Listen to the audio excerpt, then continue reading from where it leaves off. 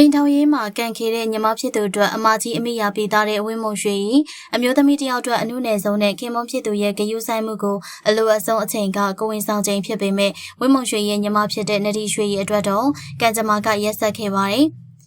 ဒုတိယကိုဝင်ကိုလွှဲထားရချိန်ကလေးကခင်မုံဖြစ်သူဟာနောက်ွယ်မှာဖောက်ပြန်နေခဲ့တာပါ။ကောက်ကွင်းမှာအခြားအမျိုးသမီးတဦးနဲ့ဖက်နေတာကိုမျက်မြင်တွေ့ခဲ့ရတဲ့သူကမိခင်ဖြစ်သူစီဖုန်းဆက်ပြောပြရာကနေဒီကိစ္စစတင်ပေါ်ပေါက်လာခဲ့တာဖြစ်ပါတယ်။ခင်မုံဖြစ်သူကလက်ရှိတွဲနေရဲ့အမျိုးသမီးနဲ့ဖောက်ပြန်တာလုံးဝမဟုတ်ဘူးလို့ညင်းဆန်နေတာပါ။ဒါပေမဲ့နဒီရွှေစီမှာတော့ CCTV မှတ်တမ်းတွေအပါအဝင်ခိုင်လုံတဲ့အသက်တွေအထောက်အထားတွေအခိုင်အမာရှိနေပါတယ်။အစပိုင်းမှာတော့နဒီရွှေကမိသားစုအဆက်ကွဲမှာဆိုလို့ဒီပြဿနာတွေကိုရင်ငုံနှုတ်ပိတ်နေခဲ့တာပါ။ဒါပေမဲ့ဖောက်ပြန်တဲ့ခင်မုံကအပြင်မှာသူတို့မိသားစုရဲ့မကောင်းအကြောင်းတွေကိုလိုက်လံပြောဆိုနေတဲ့အတွက်ဒီမခံနိုင်တော့ပဲတရားဝင်ဖွင့်ချလိုက်ရတာဖြစ်ပါတယ်။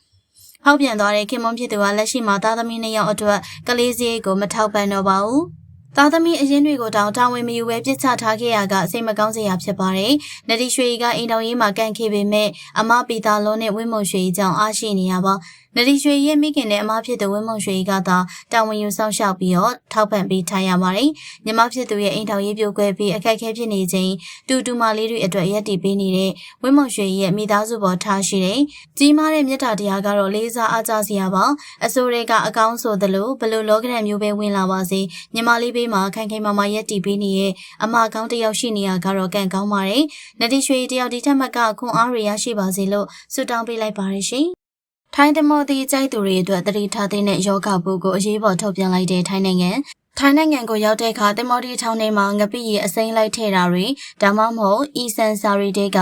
ငါးအစိမ်းတုပ်တွေကိုမျက်ရည်ရှက်ရည်စားလိရှိကြပါတယ်အခုအခါမှာတော့ထိုင်းနိုင်ငံကုသယောဂထိန်းချုပ်ရေးဦးစီးဌာနကနေရေကြုံငါးတွေကိုအစိမ်းလိုက်ဖြစ်ဖြစ်မကြက်တကြက်ဖြစ်ဖြစ်ချက်ပြုတ်စားတော့တာကအသေးကပ်ပါဖို့ကုသခံရဖို့ရာဂိုင်နှုန်းအလွန်မြင့်မားတယ်လို့တရားဝင်သတိပေးချက်ထုတ်ပြန်လိုက်ပါပြီအသေးကပ်ပါဖို့ကဘိုင်းနိုင်ယုံတင်မဟုတ်ပဲရေရှည်မှာသဲကြည်ပြုံကင်စာထိဖြစ်ပွားနိုင်တယ်လို့သတိပေးထားပါတယ်။မကြသေးခင်ကမဟာဆရခန်ပြည်နယ်မှာရှိတဲ့တက္ကသိုလ်တစ်ခုကကျောင်းသားကျောင်းသူ4,000ကျော်ကိုစစ်ဆေးကြည့်လိုက်တဲ့အခါမထင်ထားတဲ့ရလဒ်တွေထွက်ပေါ်လာခဲ့ပါတယ်။ကျောင်းသားတွေမှာအသေးကပ်ပါပိုကူးဆက်ခံထားရတာကိုတွေ့ရှိရပြီးတဲ့နောက်မှာအရေးပေါ်သတိပေးချက်တွေထွက်ပေါ်လာတာဖြစ်ပါတယ်။အသေးကပ်ပါပိုကလူငယ်တွေကြားထဲမှာတောင်ကူးဆက်ခံရပြီဖြစ်ပြီးခန်းစာအထိပါဖြစ်စေနိုင်တယ်လို့ဆိုပါတယ်။အသေးကပ်ပါပိုကူးဆက်ခံရရင်ခန္ဓာကိုယ်ကအစောပိုင်းအဆင့်တွေမှာဗာလက္ခဏာမှတိတိပပအသိမပြတတ်ပါဘူးခန္ဓာကိုယ်မှာဘာဝေဒနာမှမခံစားရပဲစစ်ဆေးကြီးမှသာကပ်ပါပိုးဥတွေပါဝင်နေတာကိုအမှတ်မထင်သိရတတ်ပါတယ်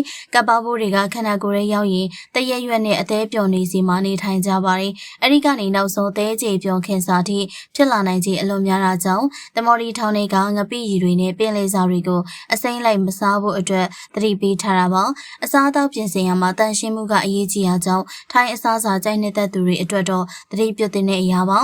ထိုင်းတမော်တီထောင်းနေတဲ့မှာငပိရီအစိမ့်လိုက်ထည့်စားတတ်သူဆိုရင်တော့အခြားသူတွေလည်းသိအောင်မျှဝေခဲ့ပါအောင်နော်